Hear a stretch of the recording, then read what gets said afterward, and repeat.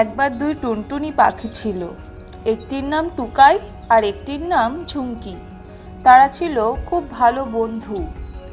একদিন তারা গল্প করতে করতে বলে, ঝুমকি, তোকে একটা কথা বলি। কি বলবি বল, কোনো মজার প্ল্যান করছিস নাকি? আরে মজা তো হবেই। আমরা না কতদিন হলো উড়ে উড়ে ঘুরছি, এবার দেখি কে বেশি দ্রুত উঠতে পারে। তুই কি সত্যি আমার সাথে প্রতিযোগিতা করতে চাস? জানিস না আমি আকাশের সবচেয়ে দ্রুত পাখি। দেখিস, আজকে তোকে হারিয়ে দেব, আমিই হব সেরা। ঠিক আছে, দেখা যাবে। তাহলে কালকে প্রতিযোগিতা হোক, প্রস্তুত থাকিস।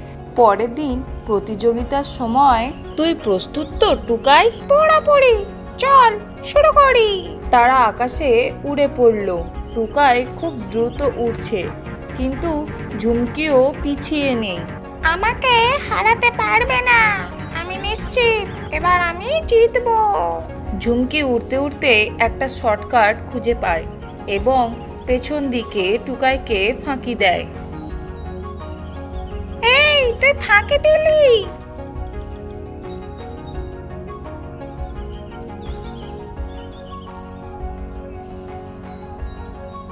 তুইও তো বিশ্রাম নিচ্ছিলি, আমি শুধু সুযোগটা কাজে লাগালাম।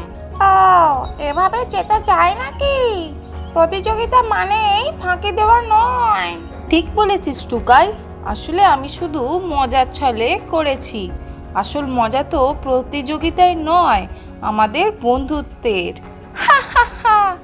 তাই তো, চল আর কোনো প্রতিযোগিতা নয়, এবার থেকে শুধু মজা করব।